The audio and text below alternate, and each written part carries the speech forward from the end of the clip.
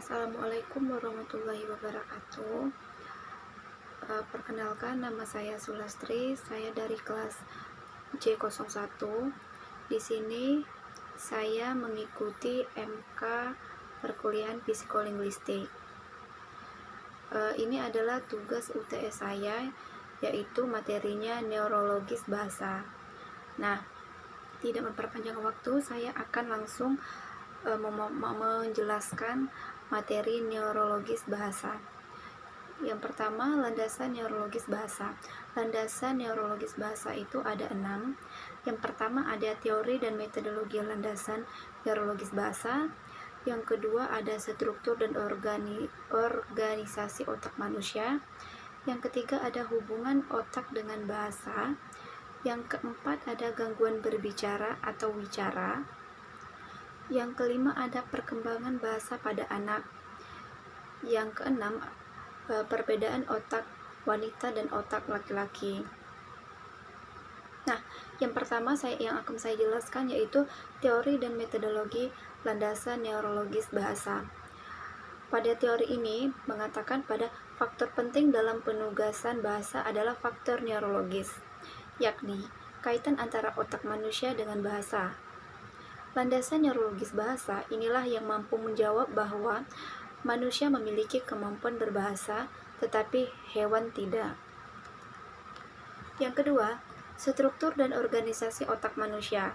Nah, pada struktur organisasi otak manusia memiliki ada 4 tahapan. Yang pertama ada tahap perkembangan ukuran, yang kedua adanya perubahan regulasi pada otak, yang ketiga munculnya sistem fiber yang berbeda-beda daerah tertentu melalui corpus callosum. Yang keempat munculnya 2 hemisfer yang asimetris. Nah, otak dibagi lagi menjadi 4 bagian. Yang pertama otak cerebrum atau disebut juga sebagai otak besar. Yang kedua ada cerebellum yang disebut juga sebagai otak kecil. Yang ketiga ada brainstem yang disebut juga dengan batang otak. Yang keempat limbic system yang disebut juga sistem limbik. Nah, di sini saya akan menjelaskan yang pertama yaitu cerebrum atau otak besar. Nah, pada otak besar ini atau cerebrum membuat manusia memiliki kemampuan berpikir, analisis, logika, bahasa, kesadaran, perencanaan, memori, dan kemampuan visual. Berarti pada otak besar ini, berarti pada otak kita, apabila kita menganalisis atau berpikir atau memikirkan sesuatu, berarti itu termasuk di dalam kategori otak besar. Yang kedua yaitu cerebellum yang disebut juga sebagai otak kecil. Nah, pada cerebellum ini terletak di bagian belakang kepala, dekat dengan ujung leher bagian atas. Cerebellum mengontrol banyak fungsi otomatis otak, misalnya mengatur sikap posisi tubuh, mengontrol keseimbangan, koordinasi otot, dan gerakan tubuh. Nah, pada otak kecil ini dia ini memiliki berinteraksi, misalnya kita mau mengangkat tangan kita ke atas. Nah, itu memiliki interaksi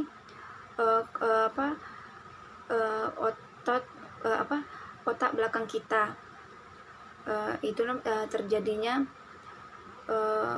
otomatis atau mengatur sikap posisi tubuh atau mengontrol keseimbangan gerakan tubuh pada diri kita. Yang ketiga yaitu ada brainstem yang biasanya disebut dengan batang otak. Nah, bagian otak ini mengatur fungsi dasar manusia termasuk pernapasan, denyut jantung, mengatur suhu, mengatur proses pernapasan, dan merupakan sumber insting dasar manusia, yaitu fight or flight, lawan atau lari saat datangnya bahaya. Nah, pada batang otak ini ia memiliki interaksi dari denyut jantung kita atau dari pernapasan kita. Ia memiliki ikatan sambung berinteraksi ke batang otak kita. Nah, yang keempat ada sistem limbik.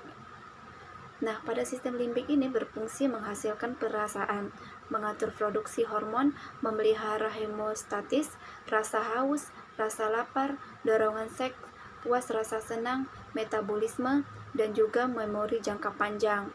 Nah, itulah fungsi dari limbik system. Yang ketiga ada hubungan otak dengan bahasa. Nah, hubungan otak dengan bahasa ini dari struktur serta organisasi otak manusia memegang peranan yang sangat penting dalam bahasa.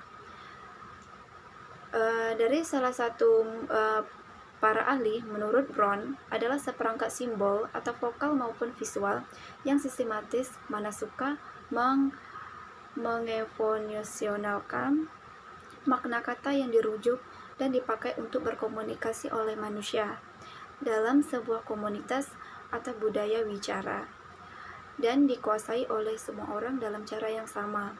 Setelah diterima, dicerna, dan diolah, maka bunyi-bunyi bahasa tadi dikirim ke daerah Wernicke untuk diinterpretasikan. Di daerah inilah bunyi-bunyi yang tadi dipilah-pilah menjadi suku kata, frase, klausa, dan akhirnya kalimat. Yang keempat ada gangguan bicara atau wicara. Nah, pada gangguan bicara atau wicara ini terbagi menjadi dua. Yang pertama ada stroke disebut dengan afasia. Yang kedua ada akibat lain dari stroke. Nah, yang pertama itu stroke disebut dengan afasia ini terbagi menjadi 5. Yang pertama ada afasia Broca. Yang kedua ada afasia Wenke. Yang ketiga ada afasia anomik. Yang keempat ada afasia global. Yang kelima ada afasia konduksi. Nah, akibat lain dari stroke ada 4, yaitu yang pertama ada gangguan wicara, yang kedua tidak dapat melakukan gerakan-gerakan tertentu, yang ketiga kehilangan ingatan, dan keempat ketidakmampuan untuk mengenal wajah. Itu termasuk dalam akibat lain dari stroke. Yang kelima ada perkembangan bahasa pada anak. Nah, perkembangan bahasa pada anak ini, perkembangan bahasa merupakan salah satu mata rantai pertumbuhan anak. Selain perkembangan lain seperti perkembangan motorik kasar, perkembangan pemecahan, masalah visuomotor yang merupakan gabungan fungsi penglihatan dan motorik halus serta perkembangan sosial. Yang keenam ada perbedaan otak wanita dan otak pria. Menurut Hare, salah satu para ahli, letak keunggulan otak wanita. Nah, pada otak wanita, yang pertama itu otak wanita lebih seimbang. Yang kedua, otak wanita lebih tajam. Yang ketiga, lebih awet dan selektif. Yang pertama yang akan saya jelaskan yaitu otak wanita lebih seimbang. Nah, pada otak wanita yang lebih seimbang ini, penggunaan otak kiri dan otak kanan secara serentak membuat wanita dewasa lebih lincah dalam soal verbal dibandingkan dengan pria. Yang kedua, otak wanita lebih tajam. Nah, otak wanita lebih tajam dalam berbagai hal, yakni penglihatan, pendengaran, daya ingat, dan perasaan. Nah, itu termasuk otak wanita lebih tajam. Yang ketiga, lebih awet dan selektif. Nah, otak pria mengerut lebih cepat daripada otak wanita. Otak wanita memiliki kemampuan untuk menyesuaikan kecepatan metabolisme otak atau pemakaian energi oleh otak. Kemudian dengan umurnya, sedangkan kecepatan metabolisme pria semakin boros energi dengan bertambahnya usia.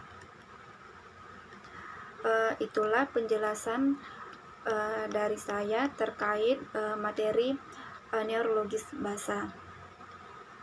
Sekian, terima kasih.